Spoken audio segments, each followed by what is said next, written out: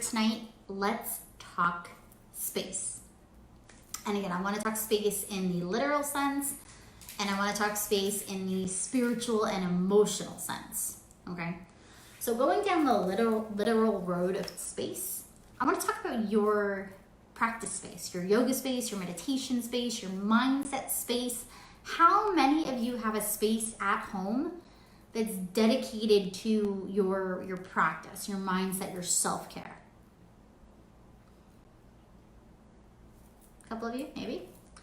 Okay. How many of you have a portable space? So somewhere that maybe you do everything in your routine. So if it's your morning, your night, whatever it is, and then you kind of, roll up the mat, roll up the blanket, put everything together, and, just kind of keep it in the corner for the next day. How many of you have a portable space?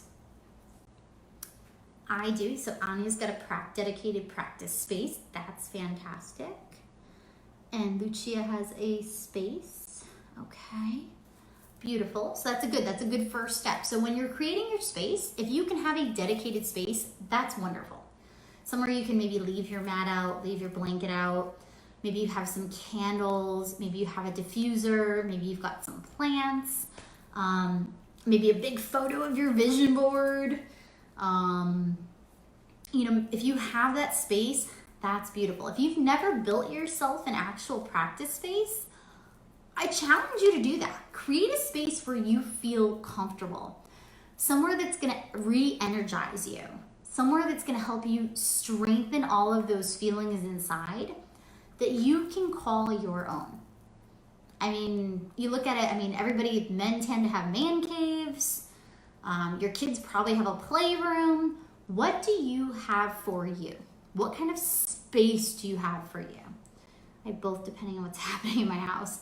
See, that's how I am. I have kind of my space here, but yeah, if I have lots of company things going on, gotta roll it up and put it in its little space, and that's okay. And that's why it's important. If I travel, I want to be able to have things to take with me to create my space. So I always have a place that's mine and that I can feel like home and that it's comfortable and I can use that. And again, feed off that energy.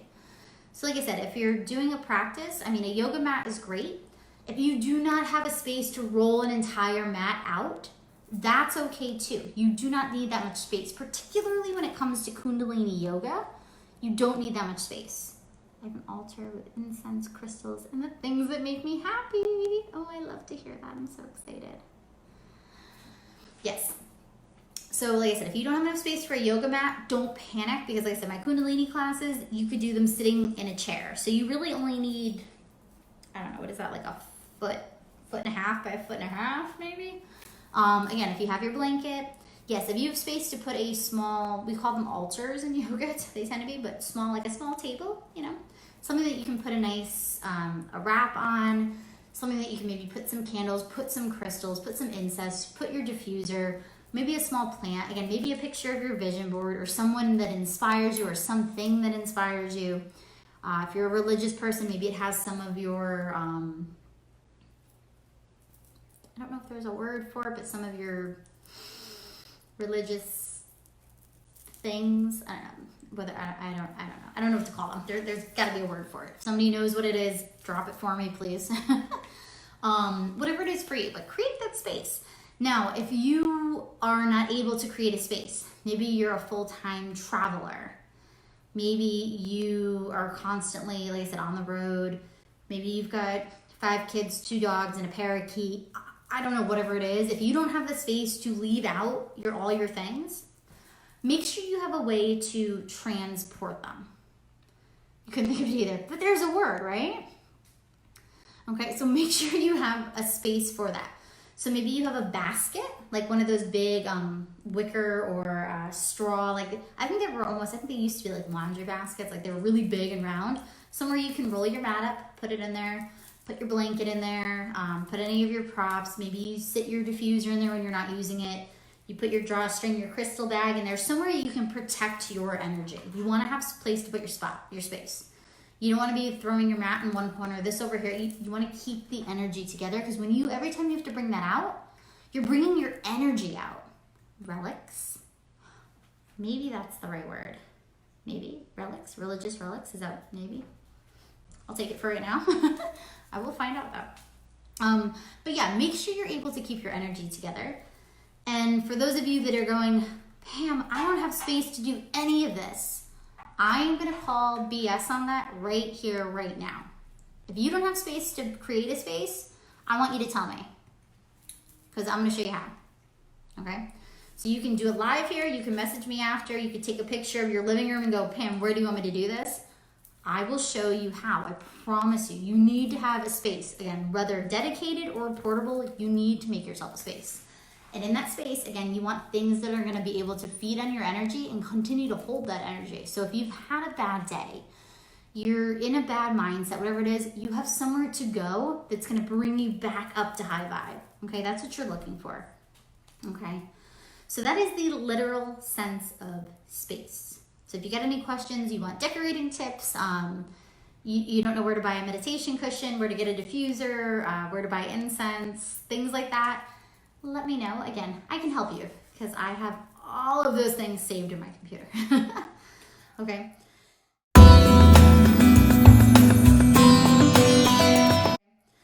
Now I want to talk about the other side of space, the creation of space on a more emotional and spiritual level, because that is just as important.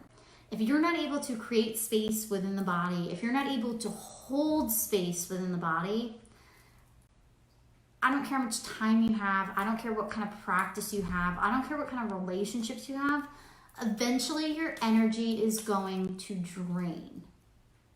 Okay, let that sink in for a second. Your energy is going to drain.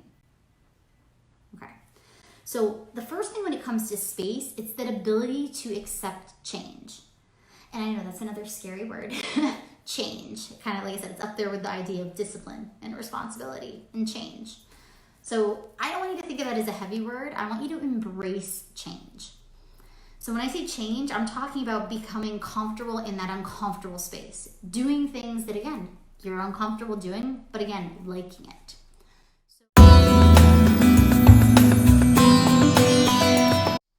So when it comes to change, what I want you to think about is this idea, and I've gone over it with a couple of you, it's that idea of the bullseye method. So you have this little tiny space, think of it like the middle of a bullseye, where that's your comfort zone. That's where everything goes right. That's where everything is rainbows and unicorns and butterflies. The whole world is perfect. And then you've got this little ring around it. That's the discomfort zone. That's where change starts to happen. So if it's taking on a new habit, trying a new diet, doing new things physically with your appearance, whatever is going to make you uncomfortable but needs to happen for change. It's something you just need to do.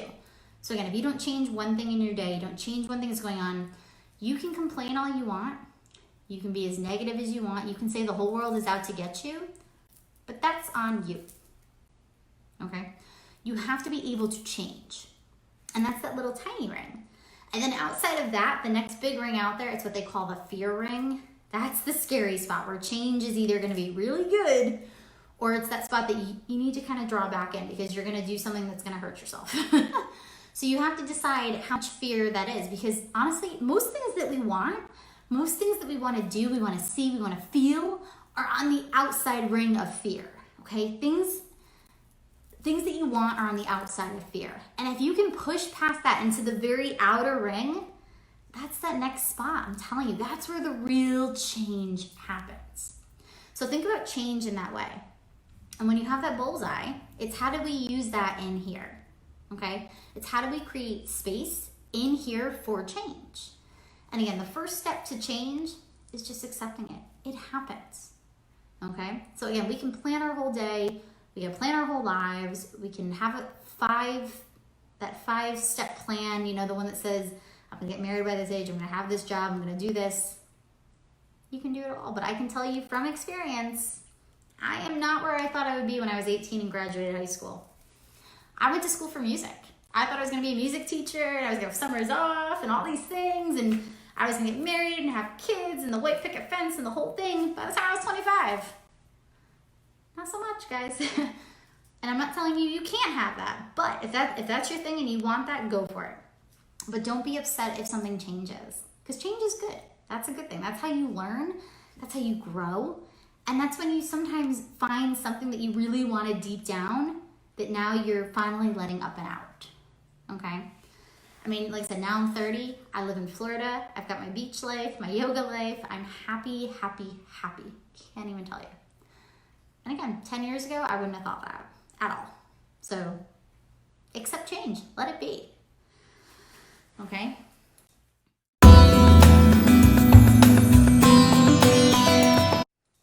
Now, the next place I want you to think about creating space is in here. Okay, because like we talked about before, you have so many hours in a week, you're able to do so many things, but the first place you have to create space to let all of that happen is right here in your mind, okay? So you need to open up space in the mind. Did you know, and I had to write this fact down, that 80% of your thoughts that you have every day, you have from the actual day before? How many of you knew that? I didn't know that until I've done, like I said, all of this research and I've learned, and just from experience, you do realize a lot of your thoughts roll into the next day. So now you're taking up space in here with things that you really don't need to think about anymore. And that's why I advocate that nighttime journaling. That's why I want you to start, like I said, by asking for help, by putting your thoughts down on paper, by doing some yoga, doing some meditation, by monotasking, you're shutting this down. Now, and you all know I'm a stickler for this. Whoever said you can turn your brain off, again, I want to shake that person, because it's just not true. It's just not true. You'll never completely turn your brain off. Yes, thoughts are going to come up. Things are going to come up and out. Maybe your nose itches. You're thinking about what you want to have for lunch. You're hungry. You're hot. You're sweaty. You're cold. You're freezing. Again, you've got that itch. Whatever it is, things do happen. You're never going to turn your mind completely off. But we do have the capabilities to take those needless thoughts that just run and run and run and run, that give you that monkey mind, that idea of a hamster on a wheel. We do have the ability to take that poor little guy off the wheel and let him take a break. Okay? You have that ability. So the first way to create space in your mind, like I said, I'm a big one for just meditation, for some mindfulness. Again, those two words they don't mean the same thing, but for right now, I'm going to use them a little interchangeably. If you can just take even 5 minutes out of your day to just sit with yourself, and again, if that's doing some breath work, it's just having your morning coffee, it's taking 5 minutes just to sit. Let all the craziness come up and in, and then just let it float away. Because honestly, like I said, 80% of those thoughts that you have from the day before that you're thinking, I still didn't do this. I didn't finish this. I need to do this. Oh my gosh. You don't have to worry about it. If you're managing your time and you've written it out, if you've created that space for you, you don't have to have all those thoughts. You can just literally let them be.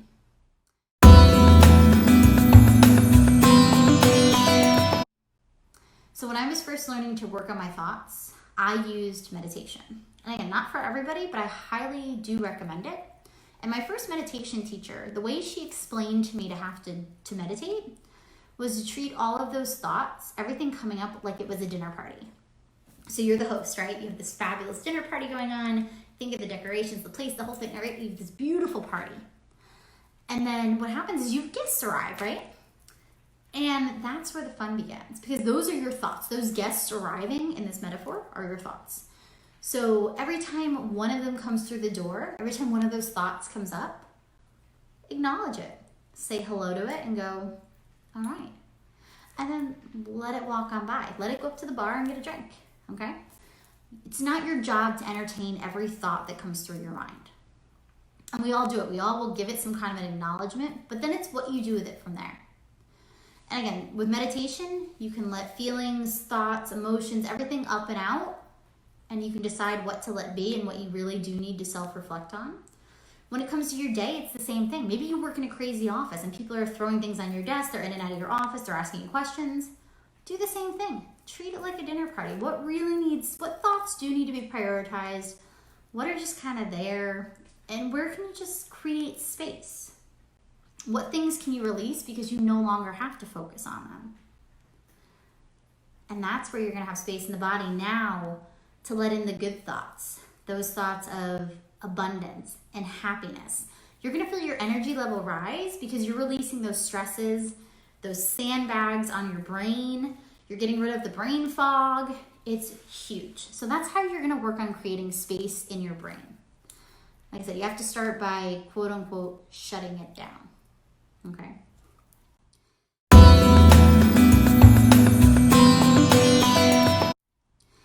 And then the next thing I want you to learn, and I really want to teach you guys tonight, is I want to talk about expectations. Yeah, so that word, I mean, how many of you ever kind of sit there and you expect certain things to happen? You expect certain behaviors from people, certain standards, certain things that are just supposed to happen. And then when they don't, you get upset, or you get angry, or you get depressed, or you get to a point where you're just like, you know what, this sucks. I think we've all been there at one point or another. Now, when you get in that space, now what do? Do you sit there? Do you sulk? Do you make that funny face that everybody knows you're upset? Or can you do the same thing and create space? So with expectations, I want you to think of, like, for example, I'm talking about your routine for next week. So if something doesn't go right, okay, maybe you get a flat tire. Maybe your alarm clock doesn't go off. Maybe your gym clothes are in the wash and you expect them to be dry the next morning and you forgot to put them in the dryer. Whatever it is, what I want you to start to do is get off of autopilot. So like I said, stop just setting your alarm for 2 minutes before you gotta roll out of bed. Stop just going through the motions of get up, let me shower, grab my coffee, get in the car, sit in traffic, get out of your own way. Get off of autopilot and start to live intentionally. Start to, again, monotask, one thing at a time, and enjoy it. I don't care if it's just making your bed. Take a second there. Have a little pride. Look how nice it is when you put all those fluffy pillows together. Take the extra minute maybe to put some eyeshadow on. Have some fun with your makeup that you always say, I don't have much time for that. We established you have plenty of time to have a little fun, okay? Take the time to do something that feels good for you. So again, that 20 minutes of movement, you're journaling, going for a walk, whatever that is for you. Take the time. And again, if something doesn't work out, start to practice letting that go. Maybe it happened for a reason. Maybe something happened because you were supposed to be somewhere else or you weren't supposed to be there yet. I mean, have you ever had that happen where, you kind of get delayed? Like say, and I don't want to sound like morbid, but like when you're going down traffic and you realize if you left 5 minutes earlier, you might be that car in the fender bender. Did you ever have that happen? I feel like that happens to me all the time. And I go, man, I did that extra 5 minutes of meditation and boom, I wasn't there. Or yeah, that light turned red and you decided, I'm not going to run through it. I'm going to sit here. Things like that do happen. So even with your regular life, with your expectations, maybe it wasn't the day. Maybe you've been going to the gym 5 days a week hardcore and your body's like, we're good. So you know what? Take the day. Don't feel like, oh my God, I have to do this. Yeah, of course. Again, nobody likes to scribble things out of their planner and put a big, dark mark in there. But let go of the expectations, okay? Get off of autopilot, get out of your own way, and start to live your life intentionally.